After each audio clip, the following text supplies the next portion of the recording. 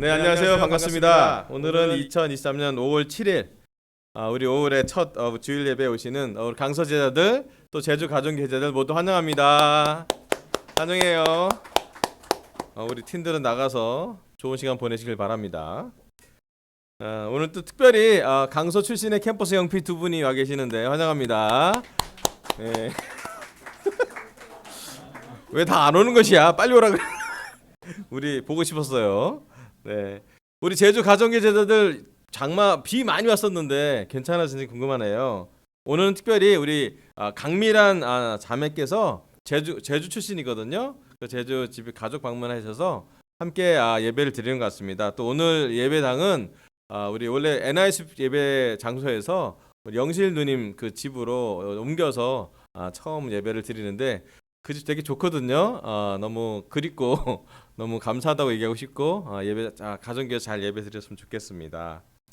자, 오늘은 또 내일이 어버이날이라서 이익 아버님에서 이렇게 우리 카네이션 준비했는데 아버님이 무슨 병원에서 검사를 좀 하러 가신다고 못 오신다 그래서 여러분 아버님을 위해서 많이 기도해 주시면 좋겠습니다. 또 우리 몇몇 자매들이 가족 모임이나 또 여행 때문에 못 왔는데도 우리 많이 격려해 주시면 좋겠고 아마 이 온라인으로 유튜브로 예배를 함께 할 것 같은데 많이 격려 좀 주겠습니다. 네, 우리 보건자매 성찬 너무 감사하고요. 우리 혜원이가 맞네요. 여기 혜원이 옆에 앉으면 돼. 네, 좋습니다. 자, 오늘은 이사야 9장 말씀을 전할 건데요. 지난주는 이사야 8장 말씀 전했습니다. 우리 주중 예배 때 강서와 일산과 잠실이 함께 주중 예배를 했고요. 이 백성이 실로아의 물은 싫어하고 르신과 르말리아의 아들을 좋아하니 라는 포인트가 있었고 너희는 만군의 주님만을 거룩하다고 하여라 라는 말씀이 있었습니다.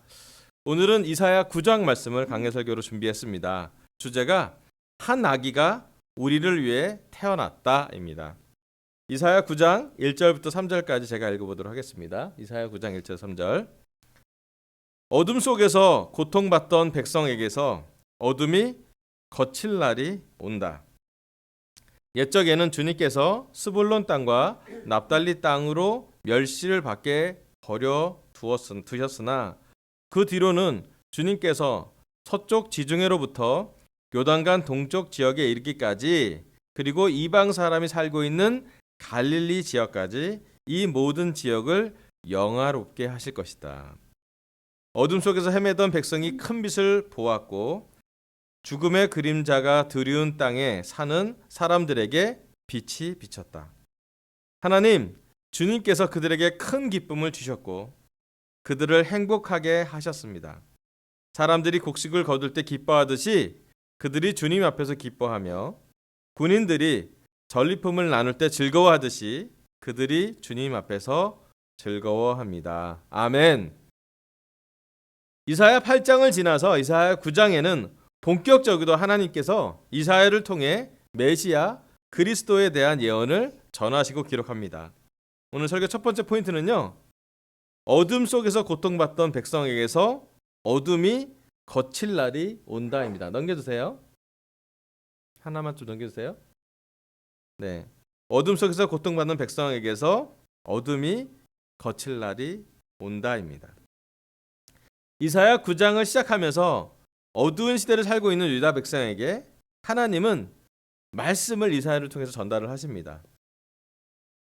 이사야 말씀을 이렇게 묵상을 하다 보면요, 이사야서를 읽다 보면 하나님이 준비하신 스케일과 하나님이 준비하신 시간, 하나님이 준비하신 그 방법에 대해서 감동을 하게 되고 압도를 당하게 됩니다. 하나님은 이사야를 통해서 죽어도 수백 년의 계획을 또 지금까지는 예수님을 통해서 수천 년의 계획을 이루시고 계시고 전달하시고 계시고 성취하고 계십니다. 본절에 언급된 스불론 땅과 납달리 땅에 대해서 말씀을 잠깐 보여주시면요. 여기 지역이 나오잖아요. 그 이사야 9장 1절에 나온 것처럼 그 어둠 속에서 고통받는 백성에서 어둠이 거칠 날이 온다고 한 다음에 주님께서 스불론 땅과 납달리 땅을 멸시를 받게 내버려 뒀지만 그 후로는 서쪽 지중해로부터 요단강 동쪽에 이르기까지 갈릴리 사람이 살고 있는 이방 사람이 살고 있는 갈릴리 지역까지 모든 지역을 영화롭게 하신다고 이사야를 통해 기록해를 했잖아요. 그래서 그 땅이 어떤 땅인지 좀 보여드리려고 했습니다. 여기에요. 스불론 땅과 납달리 땅 여기 갈릴리 호수 왼쪽 편이에요. 왼쪽 편. 나중에 이제 갈릴리 호수 보시면 알겠지만 예수님의 주 무대가 갈릴리 호수 근처잖아요. 가버나움 쪽으로. 예, 그래서 여기 갈릴리 지방이 사실은 좀 쉽지 않은 지역이에요. 왜냐하면 이 지역은 사사 시대 이래로 주변 열국들의 침입으로 항상 시달림을 받던 지역이었대요. 그래서 이반 민족들과 접경하고 있다는 지역 지정학적 요인으로 인해서 팔레스타인의 다른 어느 지역보다도 이방인 색채가 많았던 그런 지역이었다고 합니다. 그래서 실제로 갈릴리 지역을 이스라엘 사람들은 또 유대 사람들은 이방인의 색채가 있었다고 섞이지 않고 싶었던 그런 정체성이 문제가 있는 그런 지역이었습니다. 게다가 아수르 군대의 침략이 BC 733년에 있었는데 아수르 군대가 침략할 때 이 지역은 거의 초토화되듯이 거의 망한 지역이었어요. 이런 정치적, 문화적, 인종적 요인들 때문에 갈릴리 지역은 유대인들 같은 유대인들한테도 멸시를 받았던 곳이었어요. 그래서 유대인들한테는 이방인이 섞인 곳이었고 또 이방인이 보기에는 가장 먼저 점령해야 될 땅으로 이 스불론 땅과 납달리 땅, 또 우리로 친숙한 표현을 한다면 갈릴리 지역이 그랬습니다. 그런데 하나님은 그러한 지역에 이사야를 통해서 전달한 말씀은 뭐냐면 어둠 속에서 고통받던 백성에게서 어둠이 거칠 날이 온다라는 희망적인 메시지를 기록합니다. 3절에 보면 이런 말씀을 써요. 하나님 주님께서 그들에게 큰 기쁨을 주셨고 그들을 행복하게 하셨습니다. 사실은 그 갈릴리 지역에 있는 사람들이 행복할 수 없는 역사를 가졌고 행복하긴 거의 없는 환경을 가졌고 행복한 시기가 많지 않았어요. 그런데 하나님은 이사야를 통해서 이 말씀을 예언하십니다. 그들이 큰 기쁨으로 행복할 거라고. 오늘 우리한테 좀 물어봐야죠. 여러분 좀 행복하십니까? 요즘 우리 본준 형제만 행복한, 마음이 살랑살랑거리는 우리 본준 씨. 여러분 요즘 행복을 얘기하기에는 좀 너무 우리랑 좀 거리감이 있지 않나요? 행복하고 싶죠. 기쁘고 싶고 어쩌면 예배 시간이라도 꼭 기쁨을 찾고 싶죠.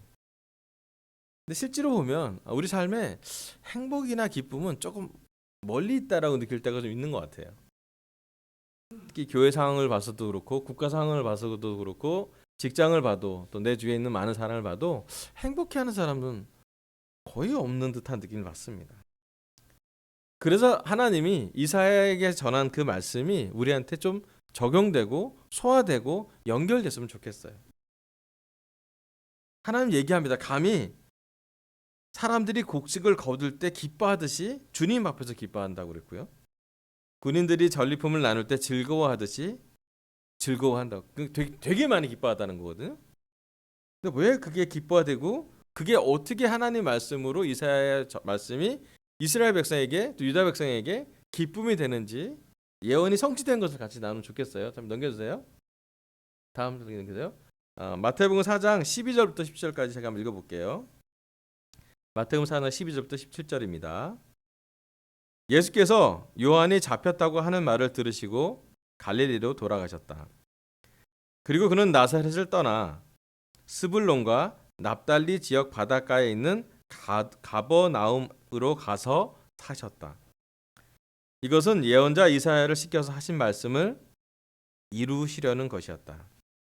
스불론과 납달리 땅, 요단강 건너편 바다로 가는 길목, 이방 사람들의 갈릴리, 어둠에 앉아 있는 백성이 큰 빛을 보았고 그늘진 그 죽음의 땅에 앉은 사람들에게 빛이 비추었다. 그때부터 예수께서는 회개하여라, 하늘나라가 가까이 왔다 하고 선포하기 시작하셨다. 아멘. 마태는 예수님께서 나사렛을 떠나 스불론과 납달리 지역의 바닷가, 즉 갈릴리 지역 가버나움 지역에서 미션을 시작했고 거주하셨다고 기록하고 있습니다. 사실 이사야 시대와 마태의 시대를 보면 그 시대의 상황은 우리랑 좀 비슷하게 그렇게 좋지 않았습니다. 이사야 시대에는 지난 이사야 말씀을 계속 설교 들어보면 알겠지만 북이스라엘과 아람과 아시리아 제국과 여러 가지 열강의 그 정치 동맹 때문에 정복당하고 사람들이 죽어나가고 남자들이 죽어서 우리 여자들만 남는 도시가 있었고 상당히 비참한 삶을 사는 것이 바로 이사야 시대였어요. 하나님 백성이지만 삶은 하나님 백성처럼 보이지 않는 많은 것들이 보였죠. 마태 시대는 어떻습니까? 로마 제국에 의해서 이스라엘과 유대 민족은 지배를 당합니다. 마태는 세무원으로서 일하는 것도 기쁘지 않은 직장을 갖고 있었습니다. 16절에 나온 말씀처럼 어둠 속에 앉아 있는 백성들이었죠. 하지만 하나님은 이사야를 통해서 또 마태를 통해서 기록합니다. 어둠 속에 빛이 올 거라고요. 어둠이 거칠 날이 온다라고 얘기를 합니다. 우리가 잘 지금은 이해하는 사실이지만 어둠 속에 빛이 오는 그 시기가 언제였냐면 딱 이 시기예요. 예수님께서 말씀을 선포하는 시기. 예수님께서 이 땅에 오셔서 이사야의 말씀의 예언이 성취되는 그 시기가 바로 빛이 퍼지기 시작하는 어둠 속에 어둠이 거치는 시기가 언제였냐면 이 말씀 이사야 말씀을 끝나고 한 700년쯤 뒤에 처녀가 아들을 잉태해서 낳을 건데 그를 그리스도라고 할 거고 그가 바로 빛이라고 나중에 요한복음 얘기합니다. 그분이 바로 빛 그 자체라고 얘기를 합니다. 자, 이제 오늘 우리 강서교회 제자들 또 제주 가정교회 제자들 또 영피 제자들의 마음과 삶은 어떤지 한번 우리 삶 한번 돌아봤으면 좋겠습니다.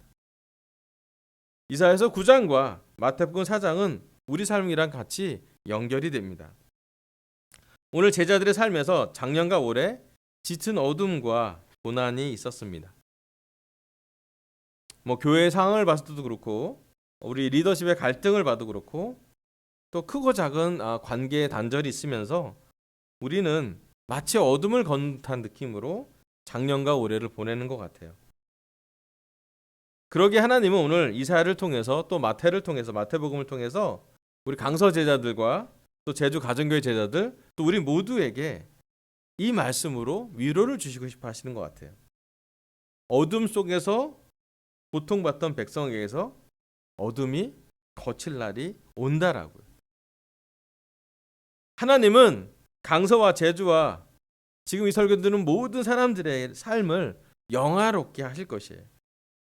특히 누구 때문에 우리가 빛이라고 느끼고 언제 우리가 어둠이 거치냐면 우리 안에 예수님이 함께 있는 것을 볼 때 예언된 말씀이 성취되는 것은 무엇을 의미하냐면 지금 그 약속은 우리한테도 적용된다는 것을 의미하는 것입니다. 오늘 교회의 상황에 어둠을 느끼는 제자들이 있다면 환영합니다. 오늘 우리 삶에 고난을 느끼는 제자들이 있다면 또한 환영합니다. 고통을 느끼거나 한치 앞이 안 보일 정도로 어둡다고 감정적으로 힘든 사람 있다면 환영합니다. 아픈 사람들 환영합니다. 우울한 사람들 환영합니다. 외로운 사람들도 환영합니다. 갈릴리 지역에 있는 사람들이 어두웠지만 그 갈릴리 지역에서 빛의 활동, 예수님의 활동이 시작된 것처럼 오늘 이 말씀을 들을 때 이사야서 말씀을 들을 때 마태복음의 말씀을 들을 때 하나님이 우리 삶을 통해 예수님의 빛으로 우리를 밝혀줄 거라고 저는 믿습니다. 성경 말씀에 보면 하나님은 늘 자신의 백성들에게 어둠 속에서 빛을 보내십니다. 구약에서는 예언자들을 통해서 말씀을 전하시고 신약에서는 예수님을 통해서 말씀을 이해시키시고 말씀을 받았던 사도들, 제자들, 예수님의 제자들을 통해서 신약의 말씀을 기록하십니다. 이사야는 예수님을 만나보지 못했습니다.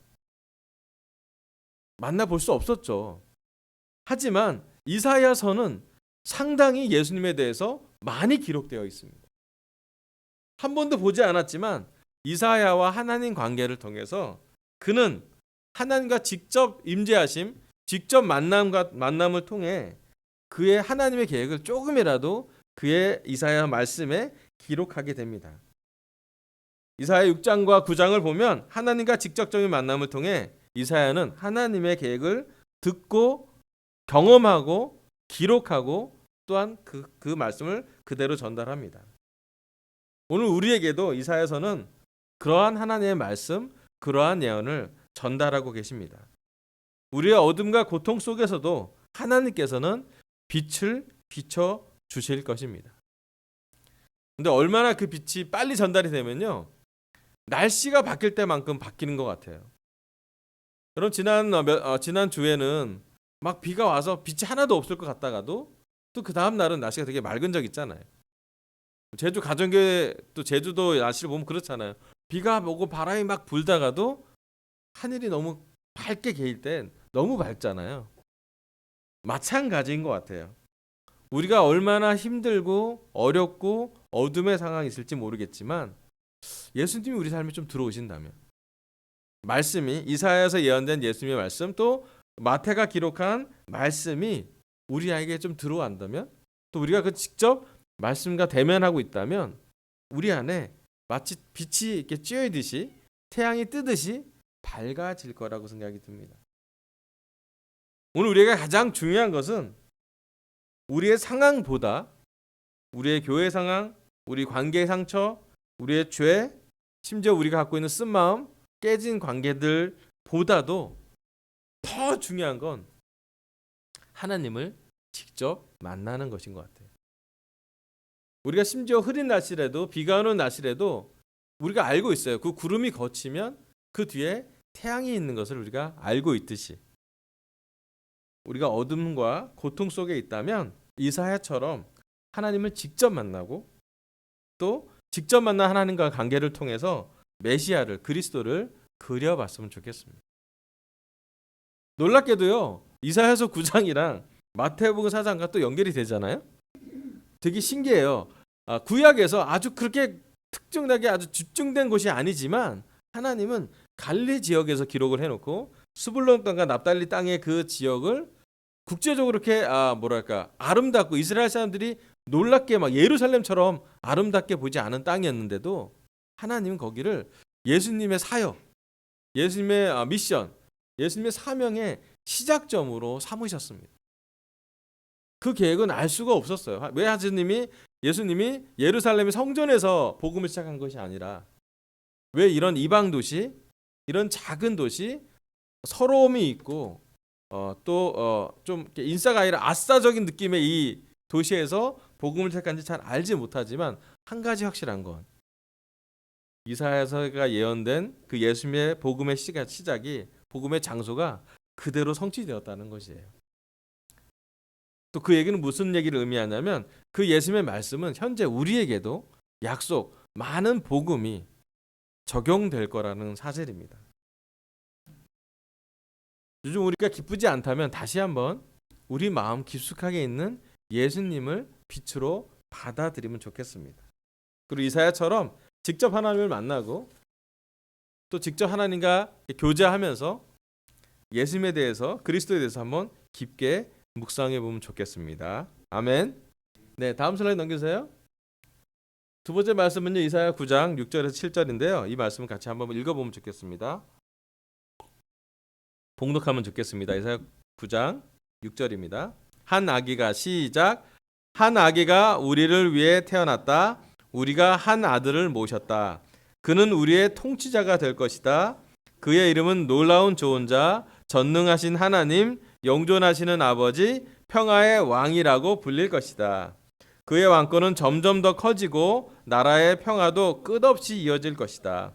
그가 다윗의 보좌와 왕국 위에 앉아서 이제부터 영원히 공평과 정의로 그 나라를 굳게 세우실 것이다. 만군의 주님의 열심히 이것을 반드시 이루실 것이다. 아멘. 자, 이사야 9장에는 본격적으로 하나님의 말씀을 이사야가 예언을 합니다. 아마 우리 제자들에게 아주 친숙한 메시아 그리스도에 대한 예언입니다. 자, 오늘 설교 두 번째 포인트는요, 좀 넘겨주세요. 한 아기가 우리를 위해 태어났다. 우리가 한 아들을 모셨다입니다.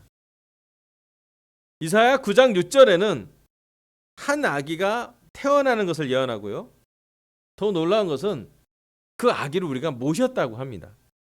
아기를 태어나게 하고 그 아기가 우리와 함께 하신다는 것을 이사야는 기록합니다. 근데 이 아기에 대한 이름이 여러 가지가 있어요. 다음 슬라이드 넘기세요. 이사야 9장 6절에 나온 메시아 그리스도의 이름들이 나옵니다. 이사야는 이 한 아기에 대해서 엄청난 타이틀을 다 갖다 붙여요. 첫 번째는 뭐냐면 우리의 통치자라고요.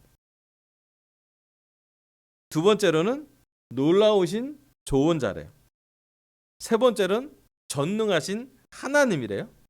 점점점 커지죠. 그 다음에 영존하시는 아버지, 평화의 왕이라고 불릴 거래요. 여러분 이 5가지 그리스도의 명칭은 하나 명칭마다 논문이 나올 정도로 대단히 스케일이 큰 거예요. 제가 다 설교하지 않겠지만 신학자들이 이 타이틀에 대해서 어마무시하게 성경을 이렇게 재조립한 게 있어요. 예수님에 대해서 우리가 얼만큼 조금 아는지, 그리스도에 대해서 이사야가 생각하는 그리스도가 어떤 모습인지 생각해보면 좋겠어요. 그는 통치자입니다.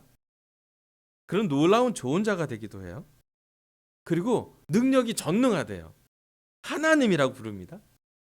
그리고 영존하시는 아버지라고 불려요. 그리고 궁극의 평화의 왕이라고 그가 불릴 거라고 기록되어 있습니다. 여러분 오늘 우리가 알고 있는 예수님은 어떤 모습인가요? 오늘 우리가 함께 있는 예수님은 어떠한 예수님인지 한번 묵상해 보면 좋겠어요. 이사야는 하나님과 직접 하나님의 보좌를 보고 심지어 숯불로 자기 입술을 달고 난 다음에 죄가 있다라고 표현도 하고 하나님의 현존하심을 경험했잖아요. 그리고 나서 그가 뭔가를 적을 때는 점점점 약간 깨어지는 느낌으로 적습니다. 여러분 우리가 알고 있는 예수님, 우리가 오늘도 성찬을 나눴지만 예수님의 살갑기를 기념하는 우리와 연결되는 시간을 가졌잖아요. 한 아기가 태어난 것이 성탄절이라면 우리한테 더 중요한 건 그 아기를 모시는 거예요. 우리의 마음속에, 우리의 삶 속에 그 아들 그리스도 예수님을 우리가 모시고 있는지를 한번 살펴보시면 좋겠다는 생각이 들었습니다. 개인적으로는 여러분 이 말씀을 좀 기억하면 좋겠어요. 예수님이 계시다면 여러분 예수님이 통치하실 거예요. 또 여러분 뭔가 물어볼 거 있다면 놀라우신 조언자한테 가세요. 여러분 삶에 힘든 것이 있거나 궁금한 것이 있거나 헷갈리는 것이 있거나 잘 모르는 것이 있다면 조언을 받으세요. 그분이 조언해 주실 거예요. 그분이 성령님을 보내서 우리 삶을 상담해 주실 거예요. 궁극의 상담자입니다. 전능하신 하나님이라고 했어요. 여러분 우리 삶에 뭔가 해결되지 않은 문제가 있다면 능력이 부족하다면 전능하신 분에게 가시면 좋겠어요. 그분은 영존하시는 아버지라고 불립니다. 우리 내일이 우리 어버이날인데 여러분 끝까지 존재하시는 죽지 않는 아버지가 우리에게 있어요. 하나님을 아버지라도 부르지만 그의 이름이 하나님 아버지의 이름에 들어간다는 표현을 이사야가 기록하고 있습니다. 여러분 우리 삶에 평화가 없다면요, 걱정과 두려움과 불안과 염려가 분주하게 우리 마음에 들어온다면 평화의 왕과 시간을 보내십시오. 그에게 기도하고요, 그와 대화하고요, 그를 생각해 보면서 평화가 무엇인지를 생각해 보면 좋겠어요. 예수님은 평화를 주려고 왔고요, 평화를 주고 떠나셨어요. 제자들은 그 평화가 정치적인 평화라고 생각했고 경제적인 평화라고 생각했고 관계적인 평화라고 생각을 했었어요. 하지만 예수님이 주시는 평화는 무엇이었나요?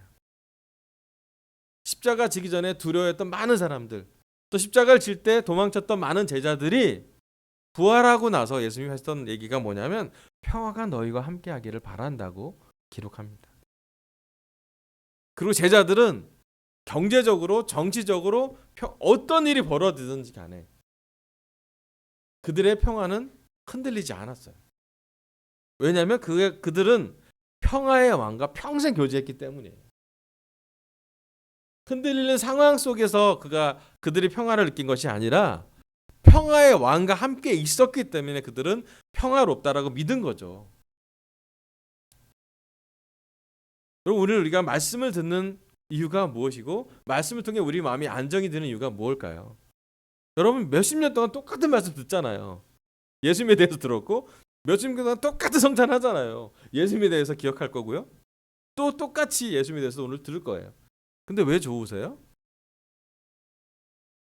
그분이 우리에게 평화를 줄 거고요. 그분이 우리에게 기쁨을 줄 거고요. 그분이 우리를 사랑해 주셨기 때문이에요. 그래서 맨날 새롭잖아요. 용서받은 것도 감사하고 또 우리가 가진 모든 것이 바로 그분의 것임을 알 때 우리는 다시 그분에게 기쁘게 돌려드릴 수 있는 거죠. 우리 마태복음 4장 마지막 말씀 좀 보도록 할게요. 마태복음 4장 16절 18절 그 다음에 23절에서 25절 제가 읽어보겠습니다. 어둠에 앉아있는 백성이 큰 빛을 보았고 그늘진 죽음의 땅에 앉은 사람들에게 빛이 비치었다. 그때부터 예수께서는 회개하여라 하늘나라가 가까이 왔다 하고 선포하기 시작하셨다. 예수께서 갈릴리 바닷가를 걸어가시다가 두 형제 베드로라는 시몬과 그의 형제가 아닌 안드레가 그물을 던지고 있는 것을 보셨다. 그들은 어부였다. 23절 예수께서는 온 갈릴리를 두루 다니시면서 그들의 회당에서 가르치며 하늘나라의 복음을 선포하며 백성 가운데 모든 질병과 아픔을 고쳐주셨다. 예수의 소문이 온 시리아에 퍼졌다. 그리하여 사람들이 갖가지 질병과 고통으로 앓는 모든 환자들과 귀신 들린 사람들과 간질병 환자들과 중풍병 환자들을 예수께로 데리고 왔다. 예수께서는 그들을 고쳐주셨다.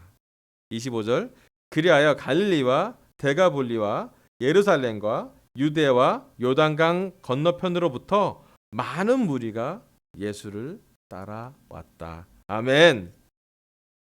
구약 이사야 9장 6절의 메시아 그리스도의 예언이 신약 마태복음 예수님의 사역으로 성취되고 기록됩니다. 여기 18절과 23절 25절에는 예수님이 갈릴리에서 하나님의 사역을 힘차게 시작하시는 것을 기록하고 있습니다. 구절을 보시면 알겠지만 모든 질병과 아픔을 고쳐주셨다고 합니다. 예수님은 하나님의 말씀을 회당에서 가르쳤고 복음을 선포했고 회당이든 회당 밖이든 또 심지어 잔디밭에서도 말씀을 선포했고요. 예수님은 만나는 사람마다 환자들을 만나면 고쳤고요.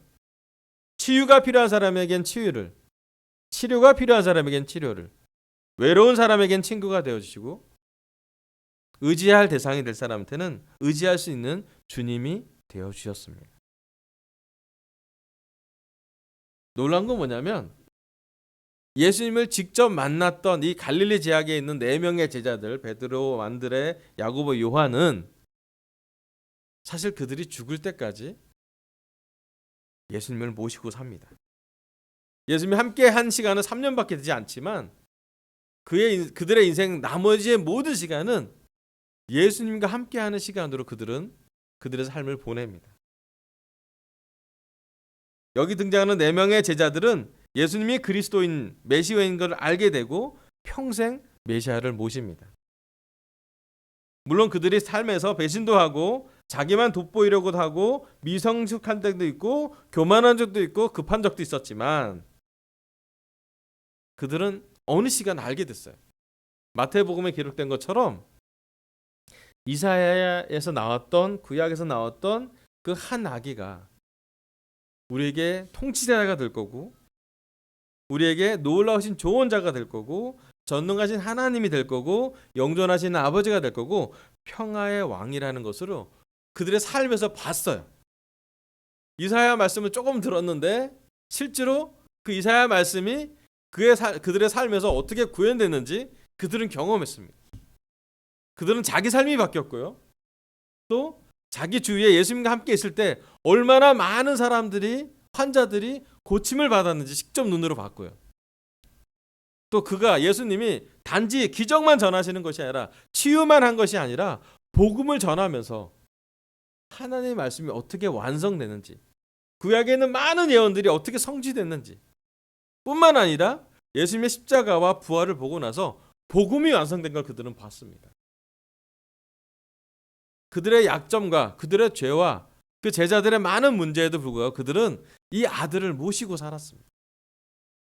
그렇기 때문에 어쩌면 그들의 나머지 생활, 예수님을 만나고 난 후의 생활은 그들이 죽을 때까지 어떤 정치적인 상황에서도, 어떤 경제적인 상황에도, 어떤 교회에 문제가 있어도, 아니 어떤 개인적인 삶의 어려움이 있어도 예수님을, 이 한 아들을 그의 삶에 평생 모시고 삽니다.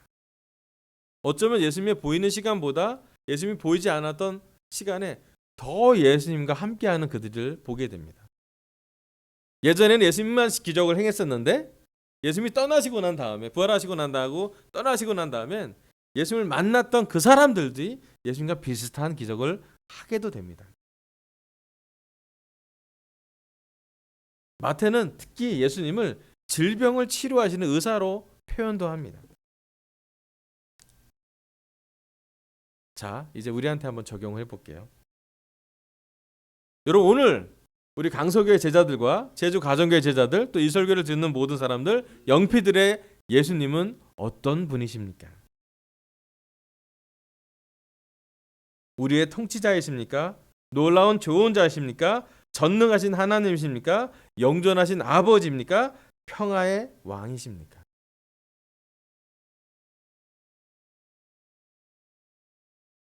여러분, 이 5가지의 예수님의 모습이 우리 삶에 얼만큼 투영되어 있습니다. 제가 요즘 회개하는 것 중에 하나가 뭐냐면, 내가 알고 있는 예수님이 너무 작아지신 것 같았어요. 교회 문제가 더 커지고 예수님이 너무 작아진 모습을 보인 것 같아서 제 마음을 좀 회개하기로 했어요. 반대예요, 사실은. 우리의 문제를 해결하실 분이 예수님이시고요. 우리의 우울한 마음, 우리의 기쁘지 않는 마음을 기쁘게 바꾸는 것도 예수님이실 거예요. 여러분, 우리 중심이 되면, 셀프 포커스 되면 우리가 별로 기쁠 게 없어요. 인생이 유한하고요, 삶이 공허하고요. 알잖아요. 전도서 말씀 나잖아요. 헛되고 헛되잖아요. 우리 삶에 기쁜 삶이 많이 있지 않을지도 모르겠어요. 하지만 그리스도 예수님이 우리 삶에서 이 5가지 이름으로 다가온다면, 여러분, 우리 삶에 놀라운 조언자가 있어요. 우리 삶에 해결하지 못할 문제가 없는 전능하신 분이 함께하고 계십니다. 그리고 그는 우리에게 영존하시는 아버지가 되시고요, 궁극적으로 우리 마음에 평화를 주실 거예요. 가장 중요한 건요, 그 예수님을 우리가 모시는 거예요. 제자들은요, 그 예수님과 함께 3년을 살았고, 또 그가 떠나시고 난 다음에도 매일 그를 모셨어요. 매일 예수님이 하신 말씀을 기억해 봤고, 매일 예수님이 살았을 때 어떻게 말했는지, 어떻게 말씀을 전했는지, 어떻게 사람들을 대했는지, 어떻게 아픈 사람을 만났고, 어떻게 이방인을 만났고, 어떻게 그리스도가 행동했을지를, 생각했을지를 마음에 같이 삼겼고, 그래서 그들은 어느 시점 지나서 이스라엘뿐만 아니라 온 유대와 사마리아와 땅 끝까지 예수님을 전하게 되죠. 예수님을 전하다가 또 예수님을 모시는 거죠. 신기하게도.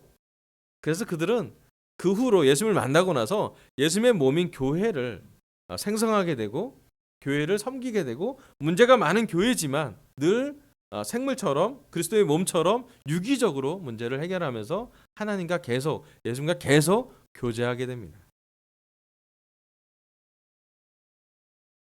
여러분, 오늘도 우리 다시 한번 마태복음에 나온 예수님처럼, 마태가 기록한 예수님처럼 우리 삶에, 강서 제자들의 삶에, 제주 가정교회 제자들의 삶에, 영피들의 삶에 예수님이 이렇게 기록됐으면 좋겠습니다. 우리의 통치자라고요. 놀라우신 조언자가 나에게 조언을 주었다고. 그가 전능하신 하나님이고 나에게 내 문제를 전능하게 해결하셨다고. 그는, 나는 없어질지 모르지만 그는 영존하시는 아버지이기 때문에 감사하다고. 마지막으로 그가 나에게 평안을 주셨고, 이 평안은 뺏어갈 사람이 없다라고 우리에게도 기록됐으면 좋겠습니다. 마지막 슬라이드 넘겨주세요. 오늘 하나님은 저희 입술을 통해 이사야서 9장 한 아기가 우리를 위해 태어났다라는 말씀을 전하게 하셨습니다. 첫 번째, 어둠 속에서 고통받던 백성에게서 어둠이 거칠 날이 온다. 오늘 우리 삶에 어둠과 고통이 있다면 이사야처럼 하나님을 직접 만나고 메시아 그리스도를 만나시기를 부탁드립니다. 두 번째, 한 아기가 우리를 위해 태어났다. 우리가 한 아들을 모셨다. 여러분, 이 아기가 어떤 아기인지, 예수님이 성취된, 예언이 성취된 그 예수님이 있다면 우리에게 5가지 이름으로 삶에서 어떻게 역사하는지, 마지막으로 그 예수님을 우리가 우리 삶에 모셔가기를 바라면서 설교를 마치겠습니다. 감사합니다.